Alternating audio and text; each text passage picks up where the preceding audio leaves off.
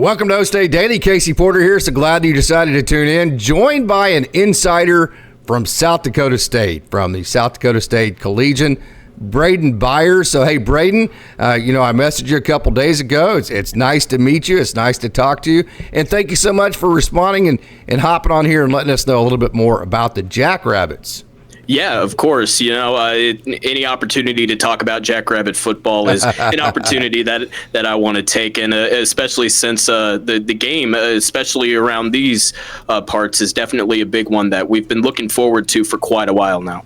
So, you play for the national title. You win the national title last year. Your head coach has never lost a game as the head coach for the Jackrabbits. You have a 29-game winning streak in a row. I watch every second of the playoffs. It's just the best football in the world when the playoffs start at the end. So I watch every single second. I watched every second of the New Mexico-Montana State game last week. Congratulations to Montana State on a huge comeback. Yes. There in Albuquerque. So, hey, I say that to say those are some huge rivalries. North Dakota State, Montana, the Grizzlies, Montana State, and then obviously South Dakota State and South Dakota. Huge rivalries. It's great football. There's many different teams that can win a national title in every given year. But how does playing a team like Oklahoma State rank against like a playoff run like you had last year? Yeah, the past couple of years for South Dakota State have really been something this university hasn't seen. You always hear about North Dakota State, and obviously for good reason.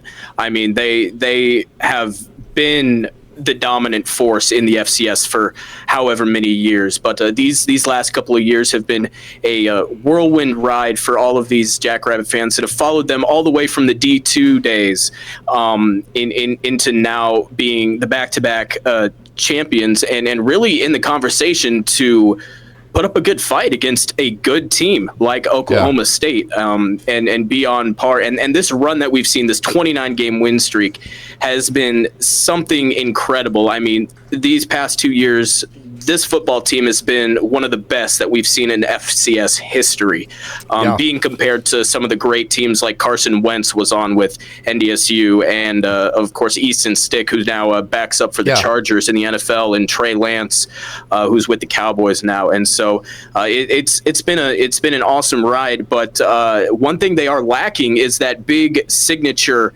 FBS win. They've played a couple of FBS teams. The most recent that they've beat was Colorado State, but they were favored by 2 points in that game, actually. And so the last FBS game they played was against Iowa, which is absolutely a game they could have won. But just a couple of injuries stopped that from happening, and it just wasn't their day in that one. But definitely. This has been the next big thing. Immediately after the title game, we all shifted our focus to the Cowboys, and we're like, okay, now that's the next step. Can we really cement ourselves as one of the big players in FCS history? Remember, I think it was 5, maybe 6 years ago. Of course, I'm getting older, so 5 years ago could mean 25 years when you get to be my age, right? It just all the years run together. But North Dakota State goes into Manhattan, Kansas. They beat, I believe Bill Snyder was still the head coach at K-State. And then a couple years later, K-State goes and gets the coach from North Dakota State, right? So, I mean, it's one of those signature moments. So how big of a deal would it be for FCS 1AA football? How big of a deal would it be if South Dakota State came in and pulled the upset? Yeah, this would be a huge win for the FCS as a whole, really, because we're coming in. Both teams are ranked, and you look at FCS versus FBS. Obviously, the Jackrabbits are the number one team in the country in the FCS, but 17 and 18 in the FBS is obviously something to look at, and this would be a huge win. And we go back into some other FBS games that SDSU has played against Kansas. We actually beat the Jayhawks 41-38, nice. But then they go 0-12 that same year. Yeah. So it really, the excitement of that kind of dwindles down towards the end of the year. So this would be a huge signature win, one that they're looking for, like the win in Manhattan for the Bison that eventually got Chris Kleiman over into K-State colors. Yeah, absolutely. Okay, so let's dive into the nuts and bolts of this year's Jackrabbits team. Your head coach, Jimmy Rogers, we mentioned him, came in last year, has not lost a game at South Dakota State, the 29-game win streak. So tell us a little bit about Coach Rogers, some of the culture that he's built there, just not necessarily that he's built, but that has been built there for South Dakota State, and kind of what Oklahoma State fans, not necessarily yet from an X and O's perspective, but just from a culture perspective, can expect to see Saturday in Stillwater. Yeah, I mean, this is a gritty football team. Jimmy Rogers, a former Jackrabbit player, was a linebacker back in the late 2000s, and he's loved this team ever since they gave him a shot. He was an undersized player coming out of high school, and so South Dakota State was one of the teams that gave him a shot, and he played all of his years at SDSU, and then eventually becoming an assistant coach and rising up to the head coach job after legendary coach John Stiglmeyer eventually retired after that first national championship game. But in his introductory press conference, and this is something that was echoed all throughout last year, Jimmy Rogers had a quote there, and it's been used quite a lot. Last year, we put out a statement, speaking of the national championship win. Now the statement is the standard. And that's what he said in his introductory press conference. So from the get-go, this has been all business for Coach Rogers and this Jackrabbit team, who that second year returned basically the whole entire team in route to that back-to-back championship win. So now we kind of turn a new page with this. We lose a lot of the players, and I think we're going to get to that a little bit later, to the NFL, some to graduation, some major players to graduation, but we do keep a few key pieces. Now it's time to see what kind of team this will be, and all throughout the week and the months leading up to this game on Saturday has been, we're going down there, and it's going to be a business trip. We are going there to play football, and we're going to compete the best that we can compete. That's a good way to put it and a great way to look at it, no doubt about that. But looking at what you have returning, you talked about some of the departures, but then you also talked about some of the experience you have returning.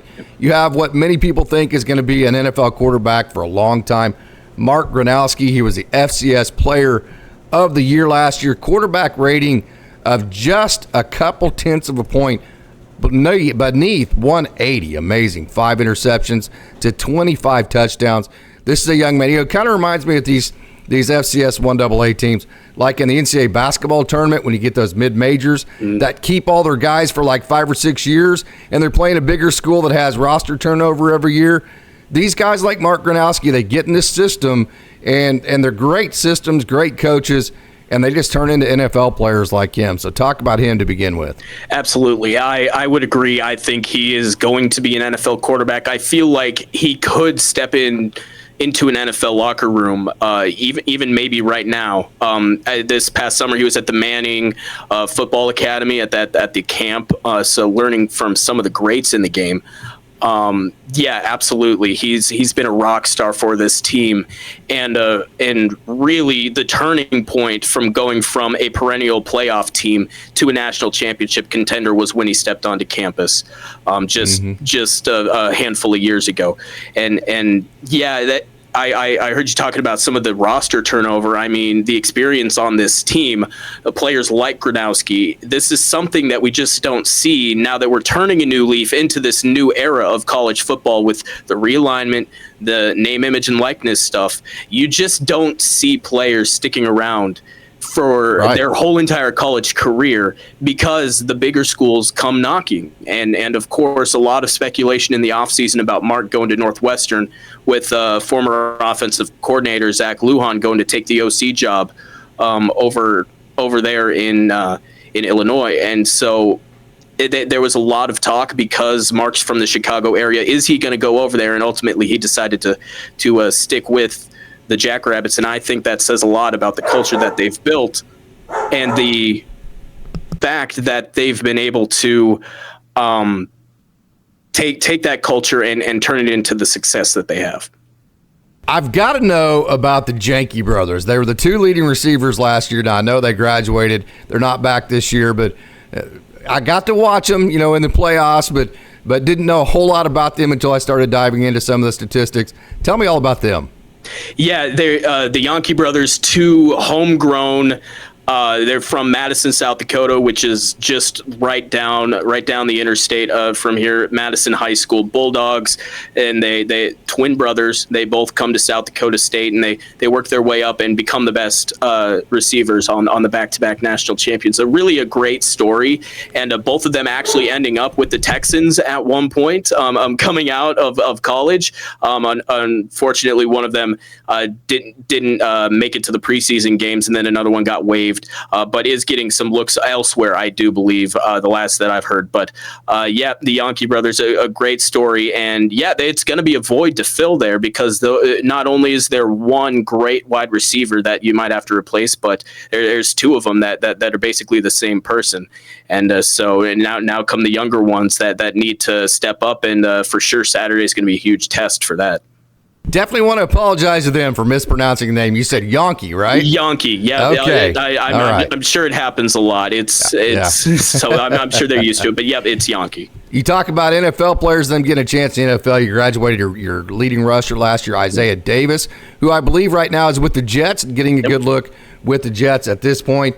But you do return Amar Johnson, so talk about your rushing game. Yeah, I mean, Amar Johnson, 801 yards last year. I mean, he got a lot of touches, and he was a really solid number 2 back. And I believe he has a chance to step up and be that number 1 guy. It comes Saturday and throughout the whole entire season. The rushing attack has been fantastic over the couple of years, and I think something that's made the Jackrabbits this successful is the fact that they've had that dual threat offense. They can throw it, they can run it with a bruiser back like Davis, who could run over people like nothing. And now you have Amar and Angel Johnson actually both in the backfield there that can add some of that elusiveness and the speed. And so we might see a little bit of a difference in the running game, but we can definitely. I feel like the rushing game isn't going to take that far of a drop off, because they've had such a good experience the last couple of years getting those touches. One thing I really like about FCS 1AA football, it's very creative. Sometimes you have your players there for long periods of time where you can get a little bit more complicated with your schemes. I say that to say Amar Johnson was your 3rd leading receiver last year. Yeah. I do believe, if I'm correct there. So he is very good, and the Jackrabbits are very good at being creative and using him in different ways. Yep. They can use the running backs in the passing game, and they also do a lot with the tight ends as well. They get their tight ends involved, as we see evidenced now. You're making me nervous talking about throwing it to the backs and tight ends, man. This is making me nervous hearing about all this. I mean, if we look in the NFL, we have Dallas Goedert, who plays for the Eagles, Tucker Kraft, who plays for the Packers, and Zach Hines, who just got a shot in the preseason with the Chargers, and so. I mean, we talk about Iowa in the FBS being tight end U, but South Dakota State has really taken that on, and they've graduated some really good tight ends as well. So want to give them some love as well. And we've got a couple more that may be coming up as well, if it's the same system, and it will be, because we're not hiring really from outside for our new offensive coordinator positions. So definitely an exciting time to kind of see what some of these younger guys can do. Absolutely, no doubt about it. 28 seniors you have on this roster. You talked about there was quite a bit of turnover, but if I have my numbers correct, 28 seniors I think you still have on this roster, 9 of which were some form of all-conference, not necessarily all first team, but honorable mention or second team. 9 different guys who had some kind of all-conference mention last year. That's what you have returning. That's pretty good experience. That is, and that's after losing what fans here feel like is a big chunk of the team. But like going back to what I said earlier with the turnover rate happening in college football nowadays, this is something that you don't see often anymore, and this may very well be the last chance we get to see players like that stick with the same team for all 4 or 5 years, depending on if they take a red shirt or a medical red shirt season, and maybe it may continue. Maybe it has a great deal to do with the culture. Maybe not. And we'll see that in the next couple of years with South Dakota State. But it's definitely something that may be coming to an end. And so I'm definitely appreciating it, having it right in our backyard here in Brookings. I got bad news for you, Brayden. If LSU comes calling with millions of dollars for one of your players. Hey, it doesn't matter how much they love Brookings, South Dakota. It doesn't matter how much they love the culture. Doesn't matter how much they love Coach Rogers. See ya. Yeah, exactly. Money talks. And I don't blame them. I don't blame them. You get that type of offer, I mean, I'm going to take it. So Absolutely. Okay, let's flip over to the defensive side of the ball. Kind of like your receiver core, you lost your top 2 tacklers on the team. It's a defense that's always very, very good. Yeah. Anytime you have the type of rushing attack that South Dakota State has, that's always married with a very tough, very physical, very hard-nosed defense. So talk about the defense for the Jackrabbits. Yeah, and you have to have that when you have the type of rushing attack South Dakota State has when they're in training camp and getting ready for the first game and they're going up against each other. I actually haven't been able to make it out to a practice here for the Jacks yet, but I'm not sure how Coach Rogers has it if they like lay off the starters a little bit or give them all they have, and I honestly could not tell you which philosophy he has. But either way, you study the person that's in the other room, in the other meeting room right next to you, and you study what they do and what makes them successful. And on the defensive side, you try to study to make sure that you don't let somebody else do that to you. And so I think that's kind of what helps make it. Also, head coach Jimmy Rogers, a former linebacker, former defensive coordinator. He's a defensive mind. And so the defense, I feel like under Coach Rogers, is never going to be a bad defense. Absolutely. Do you think that this defense, as good, as talented, as tough as it is, do you think they can run with a school like Oklahoma State with Ollie Gordon and Des Stribling and Brennan Presley and all these guys, the speed that Oklahoma State's going to have? Is that the biggest concern maybe? Yeah, from my standpoint it is. I mean, Ollie Gordon is a special athlete, and so that's obviously the one that's sticking out to it, but the whole entire team, the speed that they have, absolutely. It's definitely a sticking point, and I'm sure for Coach Rogers it is, and that's something that'll jump right out at him because of his experience on the defensive side of the ball. I'm sure that's something that jumped right out at him. And it's like, we got to try our best to stop this all world athlete in Ollie Gordon and then the rushing attack from the Cowboys. So one of the biggest, we mentioned the foot speed, but one of the biggest usually disadvantages that a FCS 1AA team would have coming into a Stillwater type environment against a really good Division I program in Oklahoma State would be that you just don't have as many numbers. You don't have the depth that OSU has. I mean, that's just a mathematical equation. That's not necessarily a criticism of anything. That's just a fact. So how would a team like South Dakota State overcome the lack of depth compared to OSU?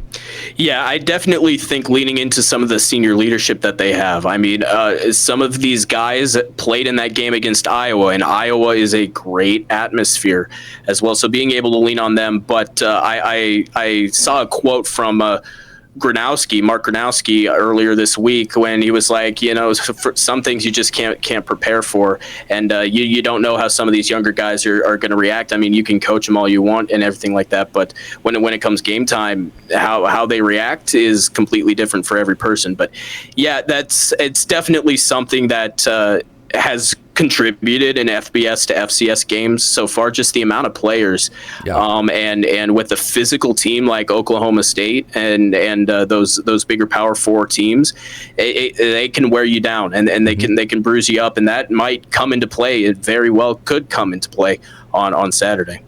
I think Oklahoma State maybe try to up the tempo, make South Dakota State play as many plays as they possibly can to expose maybe the depth advantage Oklahoma State has. We'll see. Yep. Those may be some keys for OSU. So last question for me, Brayden Byers of South Dakota State Collegian.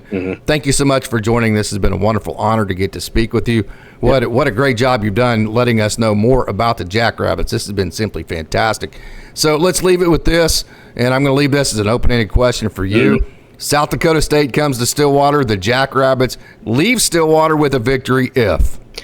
I think they can pull this game out, and I do think the Cowboys should be on upset alert if the Jackrabbits can keep a level head and they can play their brand of football, because last year they could have potentially competed in a conference like the Big Ten West, is what some people up here were comparing it to. I mean, they would have been a good Group of 5 team had they been in the Group of 5. So if they play that same brand of football and keep that mentality that this isn't going to be a massive underdog versus big powerhouse story, that they can legitimately compete with a team like Oklahoma State, I think that's a big part of this, and hopefully they can lean on some of their seniors and come out and play jackrabbit football like us up here in South Dakota know that they can. Brayden Byers, tell us how we can reach you, or what website do we go to, and where people can access all of your content. Yep. Well, SDSUcollegian.com. We are South Dakota State's student newspaper up here. I am the editor-in-chief, but I do write some sports for them. I'm also the sports director of KSDJ Radio, our student-run radio station. You can find that on the same website. And me personally, any social media, probably going to be Byers Multimedia. And you can catch me there. I'll be covering South Dakota State all year, a bunch of sports and stuff like that. So. Well, if you cover much baseball, one of the most famous people from South Dakota State is a current Dodger, and he's a great relief pitcher, Blake Trinan. Yep. I know he is a very, very, very proud Jackrabbit. I'm sure you know all about him. Yeah, absolutely. And to be able to have a team up north here like that gets all the snow in the winter and even into the springtime, I know it's not uncommon to have a blizzard in March, and we actually, a new development that's come up the last couple of weeks, we're actually getting a turf put in on our baseball and softball fields. And so that's going to be a huge step up for the program. But to have a big pitcher like Blake Trinan and even Caleb Thielbar for the Minnesota Twins, and to have a couple of players like that come out from a small college baseball-wise in South Dakota State, it's a pretty special deal. And I know whenever Thielbar and Trinan both make appearances for the Dodgers and the Twins, I know people are paying attention. So. All right, Brayden Byers, thank you so much, of the South Dakota State Collegian. Can't thank you enough for coming on OState Daily and letting us know about the Jackrabbits. Yep, of course. Thanks for having me.